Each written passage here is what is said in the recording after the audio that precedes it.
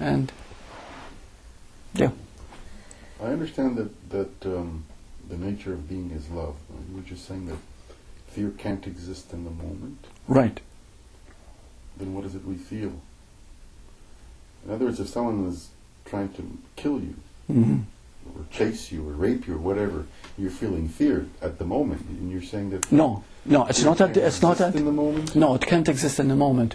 What happens when you feel the fear is the memory of survival instinct that So comes in. It's not coming from being; it's coming from. That's right. Very good. Very good. It's not coming from being. Feel love for the person that's trying to kill you.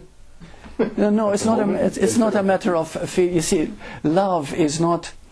We think of love as a feeling, like an emotional feeling. Emotional love is a very, not a mature state yet. It hasn't developed yet. Love is the recognition that, well, look around you here, okay? We're all the same life you are. Nobody is better than anybody else. It's just we are the same life. Life has chosen to appear as you. But it's the same one life. That's love.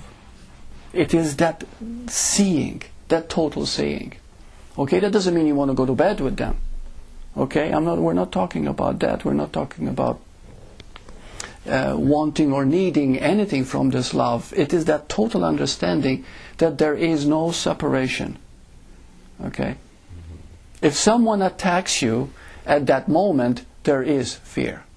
You step out of and you go into instinct of survival.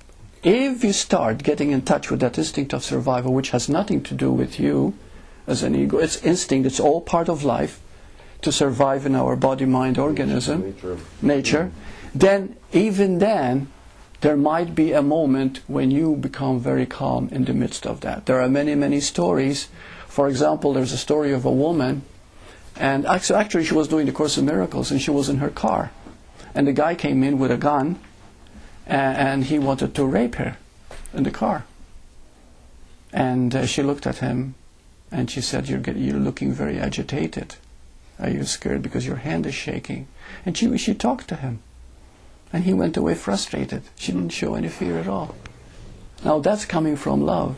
And it is possible, it has happened. There are many people who have been advanced who are able to meet a situation point blank. Ordinarily, this does not happen, no. So they have no fear of death because they know there is no such. No, of course not. Of course not. When you realize who you are, there is no fear of death, no. No. Yeah. Someone said that fear is false evidence appearing real. Very good. Apropos to what we're saying. Fear is nothing more than thinking you're a separate individual, separate from oneness. And immediately there is fear. Immediately. There's loneliness, deprivation, there's desolation, there is, do they like me, don't they like me, am I good enough, there's something wrong with me, fear of rejection. There's all that comes into being. You see? That's what fear is. But if you know that you are this aware space, in other words, you are nothing, which means you are life, you are everything. That's the paradox, because the two become one, subject, object become one. There, at that point, there is no fear of death, no. No, of course not. Death is not frightening at all, because death is simply the ending of a form. But you are life. You are life. How can life end? Life never began. It just is. The mind cannot understand isness. Everything that functions through you, everything is life doing it. Okay? Today I'm calling it life. Maybe next week I'll call it consciousness, or God, or Christ, or it. It doesn't matter. But it's all one thing. It's all oneness. Okay? And until we realize that, we are not at peace, we are not free. And it's all here. There's only this. Remember, not another moment from now, not a moment past. Because even as I speak, the words you hear are already in the past. And the words that you haven't heard are in the future. So in this infinitesimal moment lies completion. You cannot capture it with your mind, but you capture it with your spontaneity. You can capture it with your stillness. So when you feel that total...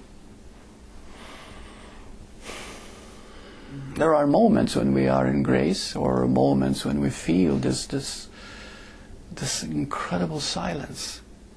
And we melt in that moment. In that moment, that's the perfection of being. That is the completion. Right there. And that understands what the mind can never understand. It's not possible for the mind to understand.